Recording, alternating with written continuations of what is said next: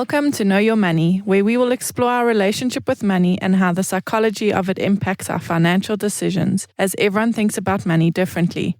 In our podcast, we'll be presenting a variety of financial topics in an easy-to-understand way, which we hope will assist you with managing your money.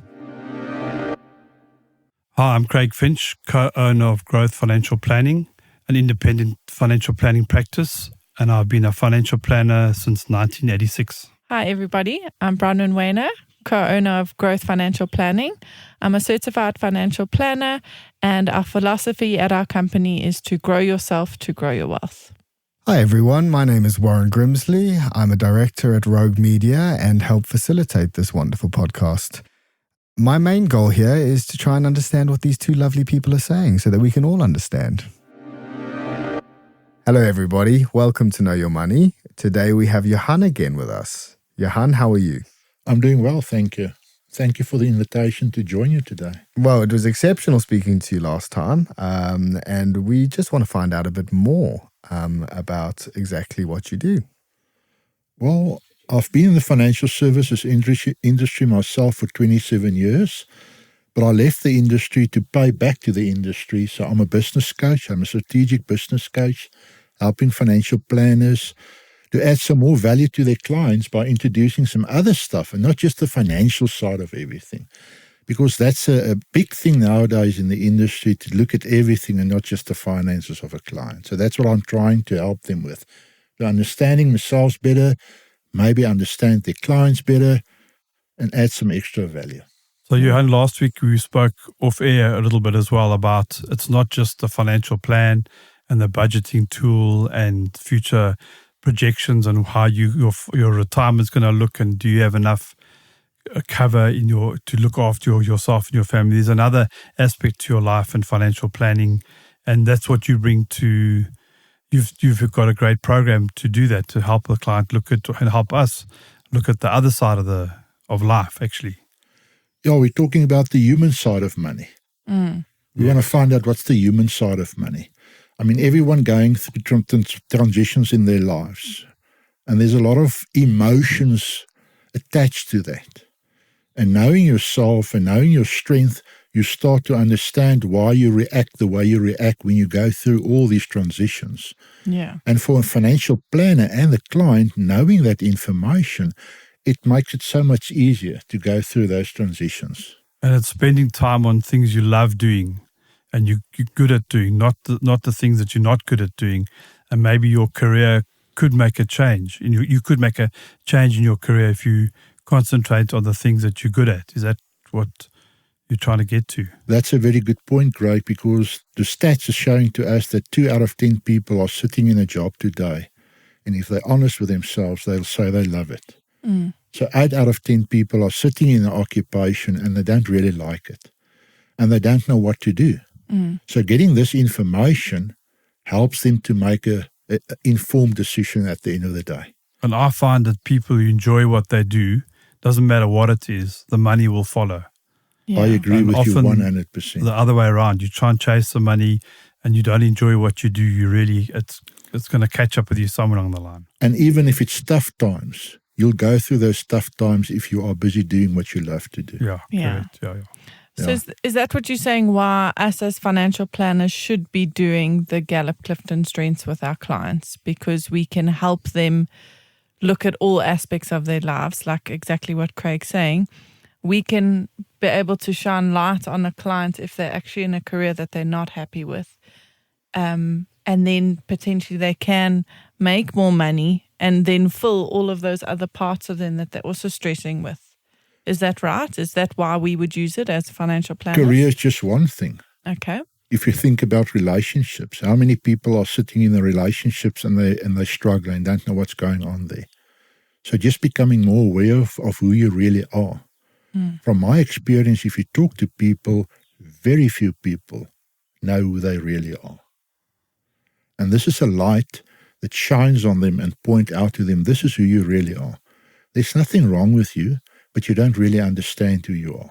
And find that out, give you some tools to work with moving forward in life. Can you give us an example of a client who, didn't know who they are and how they do know now after doing the Clifton Strengths, and what changes you've seen, or any person?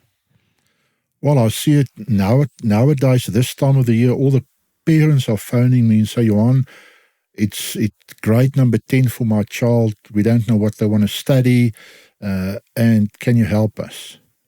So we let them do the assessment, and that points out to them, you know what? And the assessment is not to tell you to become an engineer or a lawyer. That's not what it points out. But it will point out to you, what do you love to do? You love to talk to people, or you're very strategic, or you've got an analytical mindset. And then at least you can start focusing on different careers that will expose you to that type of tasks. Okay. And then you start loving to do that. But that's brilliant, because normally what happens, your parents will tell you, this is what you should do.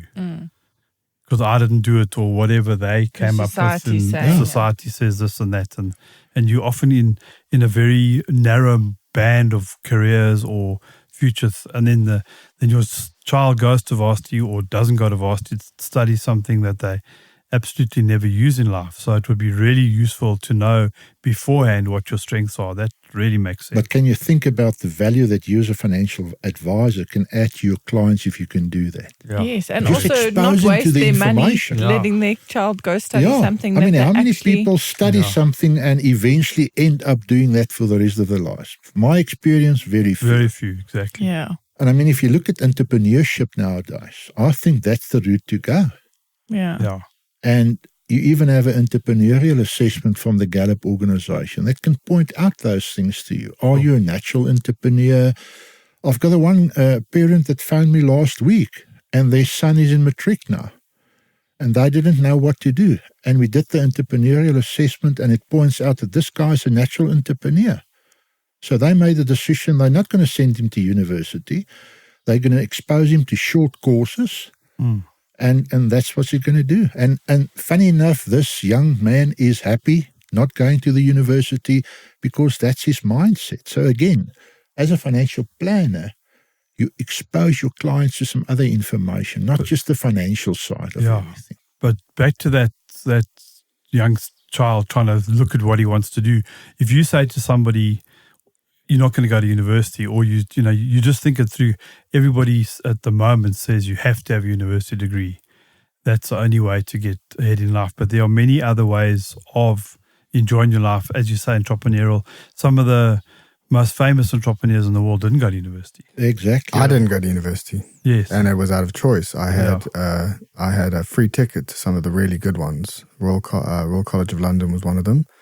Where it was regardless of the grades I got, I was in. But it wasn't for me.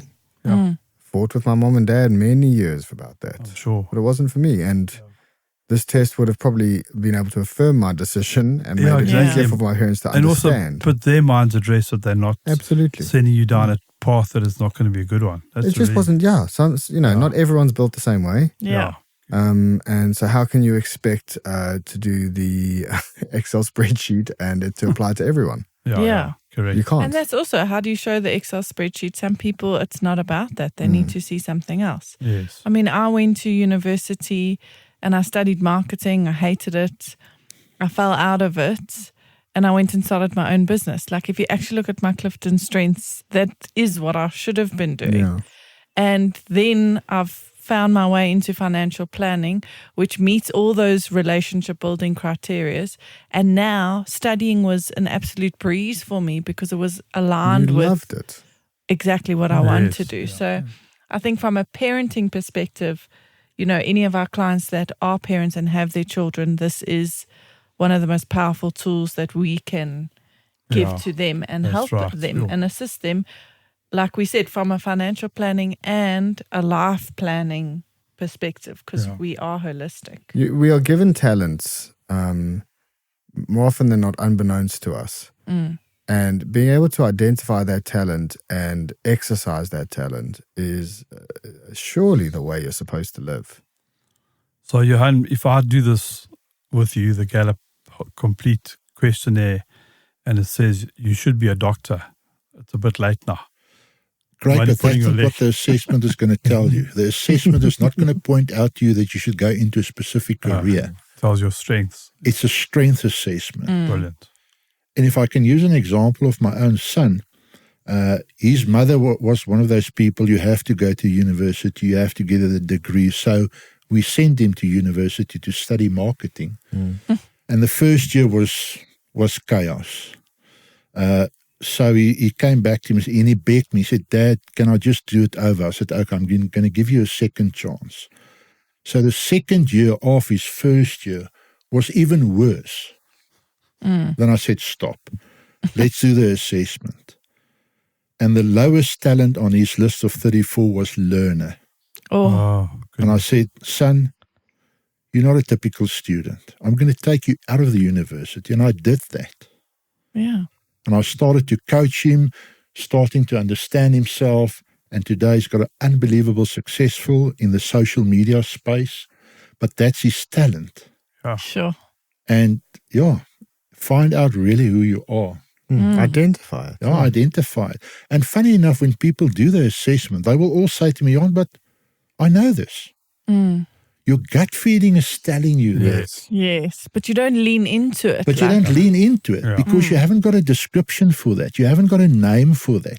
And that's what the assessment is doing. It's giving you a description. I think, Johan, growing up and going to school and then everyone being expected to follow a similar path, or if not the same path in education, going to university, we're not really taught to lean into the one thing we're really good at. We're just taught, okay, guys, you need to get good grades in everything, and then you're going to go and choose what you want to do at university, but here are the options. Yeah, do what society expects you to do. So if you come and say to somebody, I'm going to be a plumber, they go, oh, my word, what do you mean? Aren't you going to become an accountant? No, that's a fantastic career. People don't realize. I'm just trying to say there's 100%. prejudices of The amount the plumber charged me here. Yeah, no, exactly. Got us pretty well. Yeah. Yeah, and he'd be happier all round. We've done that Absolutely. series on the Wheel of Life and all those different areas, and that's what we are trying to do as financial there's another planners. metric for success, isn't it? Yeah. How happy are you? Yeah. How much do you enjoy your life? Exactly. That's very important what you're pointing out now. And the Gallup did 85 years research on happiness and fulfillment in the world. Sure, that sounds. Can we do a whole episode on that? Because I think that's. And if you just look great. at what the research is pointing out, and it's very sad. 7% of the people in the world can honestly say they're having a fulfilled and happy life. 7%. Wow. Just think about it. We need to. So 93% of the people out there are unhappy and not fulfilled. We need to chat about that at our next episode. Yeah. Exactly. That's why we have That's Know Your Money, really- so we can have 93% of our clients I've got the goosebumps, Happy. feeling guys. happy. Yeah. Open up something for them that they can become one of those 7%. Brilliant. Absolutely. Bump that number up. Thank Yes. you. Thanks, Johan. We'll see you on the Johan, next it's one. See you absolute next pleasure, week. man. Bye. Bye, everybody. Thank you for listening. If you have enjoyed this podcast, would like to subscribe, please visit our website, www.growthfp.co.za. The information we have provided in this podcast is our personal opinion. For more detailed information, please discuss your financial situation with a financial planner.